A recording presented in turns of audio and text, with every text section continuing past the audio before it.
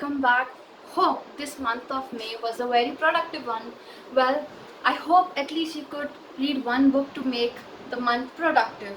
So I was able to read some very interesting books, but at the same time, some books just gave me a headache and I was like, why am I reading these books? But I will cover all these today in this video.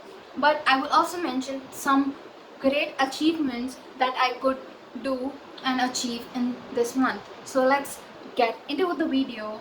Okay, so the first book was Orange by Ichigo Takano. So it was the part of Asian Readathon, the first book of it, and I gave it a 5 stars. Why I gave it was because this book was out of the world. It made me cry. Books rarely make me cry, but it made me cry because it had so much emotion. It had so much of that friendship bond that everyone would really dive to get something like that, because a lot of people pretend in today's world, so it is really hard to get something like that. So I was in just love with it, and I'm really excited to get into the second collection of it and owning a physical copy of it. So the second book was A Court of Frost and Starlight by Sarah J. Maas. Well, I gave it to 3 stars. Why? Because it was really boring, firstly, and I was just giving mercy because my favorite couple, Rysand and Fair, were in it. So yeah, and I completed it in 2 days, though it was very boring.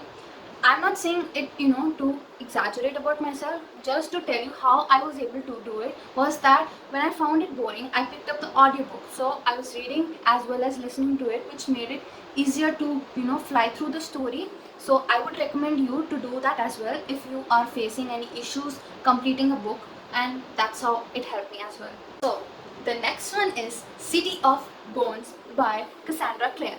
Well, without telling you anything, I will just say she's my favorite author, and it was a reread.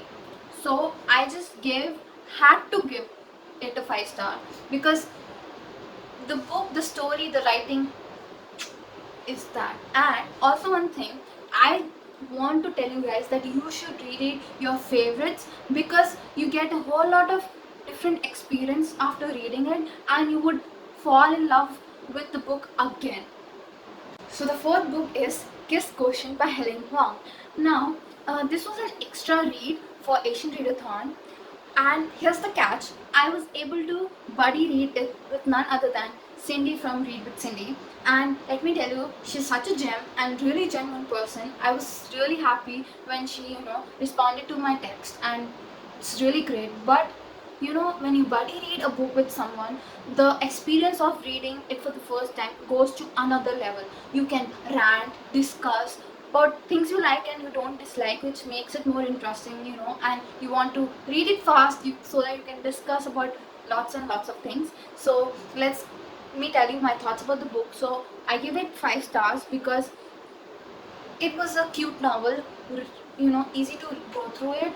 It had cuteness, steaminess, hotness all together. So that's why I gave 5 stars. Yeah. Next read was Adventures of Sherlock Holmes by Sir Arthur Conan Doyle. Now this was a very, very, very, very depressing read. I was super excited to read it because I love the Sherlock Holmes series, and I read it for the Ready Readers Club.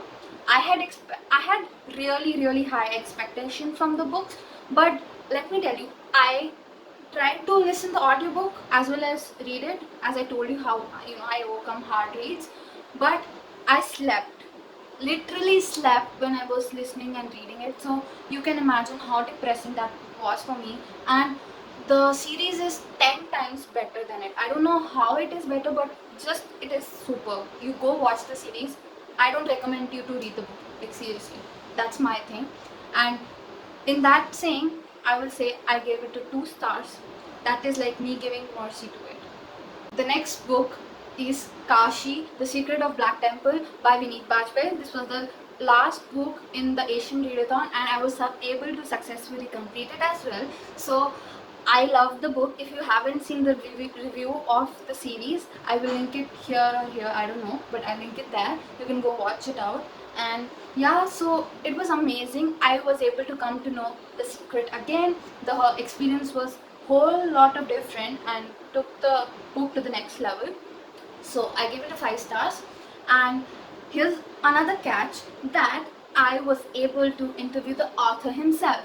I was so happy and grateful that I was blessed with something like this, and you can go check that out as well. I will also link it. So let's get to the next book. So the last read was not the whole one, it was half one. I was super excited about this one as well, but anyways, it was a very disappointing one for now.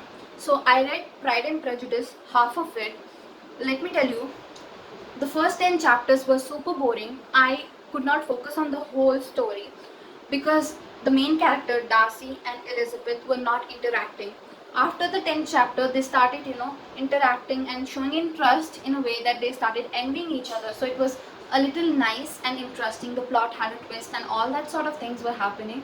So I read the abridged version first. So I thought this would be better, but things don't happen how you expect it to happen. That's what happened here.